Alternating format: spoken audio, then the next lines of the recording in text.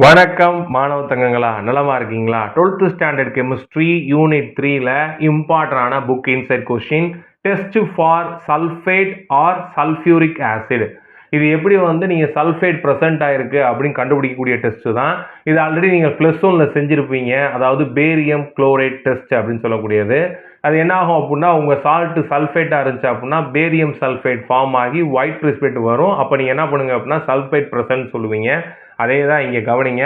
dilute solution of sulfuric acid or aqueous solution of sulfate gives white precipitate with barium chloride solution.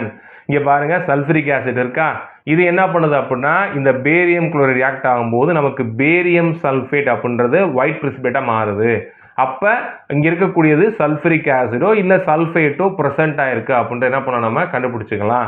அதே மாதிரி இது வேறு எதுக்கு use ஆகுது அப்படின்னா, it can also be detected using let acetate solution. So ஒரு solution let அசிட்டேட்டாக அதை detect பண்ணுறதுக்கும் இது யூஸ் ஆகுது அப்படின்னு சொல்கிறாங்க. பாருங்க, நம்ம என்ன எடுத்துக்கோம் அப்படின்னா லெட் அசிட்டேட் இருக்கு, அது சல்ஃபரிக் ஆசிட் ரியாக்ட் ஆகும்போது நமக்கு என்ன ஆகுது அப்படின்னா லெட் சல்ஃபேட், அது ஒயிட் பிரிசிபேட்டாக ஃபார்ம் ஆகுது. அப்போ இது என்னவா இருக்கணும், கண்டிப்பாக லெட் அசிட்டேட்டாக தான் இருக்கணும் அப்படின்றத கன்ஃபார்ம் பண்ணக்கூடியதாக இருக்கும். கண்டிப்பாக இந்த வீடியோ உங்களுக்கு யூஸ்ஃபுல்லாக இருந்து நண்பர்களுக்கு ஷேர் பண்ணுங்கள். மறக்காம சேனலை சப்ஸ்கிரைப் பண்ணுங்கள். தொடர்ந்து மாணவ தங்கங்களா, நன்றி.